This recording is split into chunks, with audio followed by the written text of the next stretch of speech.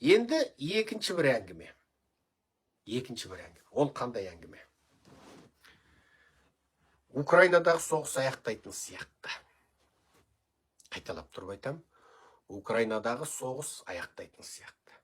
Трамптың үлкен жоспары Орыс, Қытай, Иранды орта шығыстан ығыстырып, әбден қансырап, мәлкілдеп, көрдің аузында жанталасып, әскерлері есек мініп, мотоцикл мініп кеткен орысты, сен енді ұзаққа бармайсың, тұра тұр деп тоқтатып қойып, енді бүкіл күшін Қытайды соғуға қарай жұмсайтын сияқты. Оның дәлелі Венесуэланы, яғни Орыс Қытайдың ең сенімді одақтасы Венесуэланы әскери күшпен қоршап міне тұр әлі. Бір ма?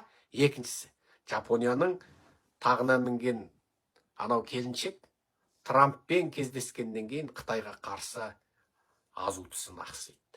Трамп Ши Цзиньпинмен кездескенде, ана Серікжан көтеріп жүрген, ана Шыңжаңда қазақ ұйғыр қырғыздың геноцид мәселесін сен қалай қарайсың, Ши Цзиньпин, анау Серікжан деген жігітті енді осыны айтып жүр ғой деп айтам екен деп үміттеніп едім, Тікебай айтпады енді.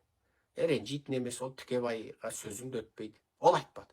Сөйтіп Ши Цзиньпинмен кезіккенде Тибеттегі қырғынды, Шыңжаңдағы, Шығыс Түркістандағы қырғынды айтпады ғой деп ренжіп жүргенде, іле-шала Жапонның келіншегі кезікті де Ши Цзиньпиннің тура сап етіп жағасынан алып кеңірдегінен қысып, Тибетте, Шыңжаңда адамдарды бейбіт этникалық азшылықтарды қынадай қырғаныңды доғар, сенің әйдер әже қойдыр қожа жоқ деп ойлама. Әр халықтың өмір сүру құқы бар. Мейлі оның нанымы қалай болсын, оның түрі, тілі саған ұқсамаса да өмір сүру құқы бар. Сен Тибетте, Шыңжаңда, Тибетке, қазақ, қырғыз, ұйғырға қырғын жасағаныңды, қанды қасап қырғын жасағаныңды доғар деп тұрып айтты. Міне содан бастап Қытай мен Жапонның ортасы жаман. Ал Жапонның бұл келіншегі тағына мінесі алып, Қытайға азу-тісін ақситатын күшті қайдан алды? Трамптан алды. Неге? Трамп бұл келіншекті, ана Жапонның қыздары өзі қылықты болады өзі. Жапонның қыздарымен араласып, әзілдесіп көрген болсаңыздар, болар енді қылықты болады енді. Енді бірақ енді асырып та жібереді енді. Өздері бұттары талтақтау болады. Неге Жапонның қызы талтақ болады? Малдас құрып отыра бергеннен ана ұршықтары бүйтіп доғаланып кетеді. Ана бұттары тізе сан сүйегі мен балтыр сүйектері де доғаланып кетеді. Жапондар мына малдас құрып отырып, қыздары талтақтау болады. Сөйтіп талтақ болып енді жер әлемді құртып, шал-шауқанның бәрінің батасын алып қойған қыз бүйтіп осы үлбіреп, екі кірпігін қағып нәзік болып, ана өздерін бір тура сәби қылып көрсетеді енді Жапонның қыздары. Енді қылықтар, эмоциялар бір әсірелеу болып, қуанса бүйтіп қуанып, жаңағы алақайлап. Мен енді ана Гонконгте ұзақ уақыт болдым, сонда жапондармен көп жұмыстастым. Жапонның қыздар енді Азия халықтарының ішінде енді нелеу енді. Кейде оларды азиялық деп айтуға да қиын енді. Олардың азғындығы, жыныстық тұрғыдан енді бетімен кеткендігі сұмдық халық енді. Енді оларға не мына кітаптың бірі де бармаған ғой. Не христианизм, не иудаизм, не ислам бармай қалған.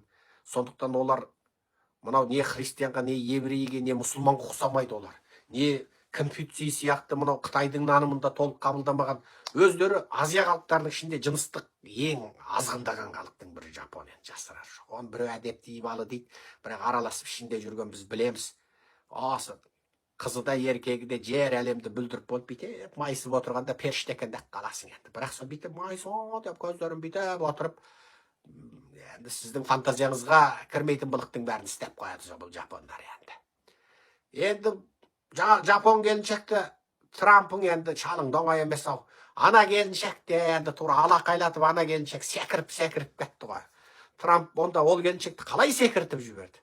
Ана келіншек енді анда бүкіл тұрған журналист ел жұрттан ұялды болмаса. Енді сол күні, сол түні мына Трамп шал енді мынау Мелания ханымға бұйырмай қалатындай ақ болды. Ана келіншек деген қол шапалақтап, енді ол видеоны өздеріңіз көрген боларсыздар. Неге Трамп не деп айтты? Әрқандай уақытта, әрқандай нәрсені сұрасаңыз, біз қасыңыздан табыламыз деді. Сізге толық қолдау деді. Ондай уәде Жапонияға бұрын соңды берілген жоқ. Не сұрасаң берем деді. Оңтүстік Кореяге атом сүңгуір. Жапонияға енді, Жапония нені сұрайды? Әскери армия құру рұқсатын алғысы келеді. Неге? Екінші дүниежүзілік соғыстан кейін Жапонияны жазалау ретінде оларда тек қарулы полиция бар, ішкі амандықты сақтауға, армия құруға тыйым салып қойған. Енді жапондарға армия құруға рұқсат берілуі мүмкін. Көрдіңіз бе? Жапонның келіншегінің Қытайға азутысын ақситатын себебі сонда тұр. Көрдіңіздер ме? Демек, бұл жерде өте үлкен бір халықаралық геосаяси шахмат жүріп жатыр. Толық ауқымды. Әр жерден. Латын Америкада, Америка құрлығында, Орта Шығыста, Орыс-Украин ортасында, Қытай-Жапон ортасында, жан-жақтан.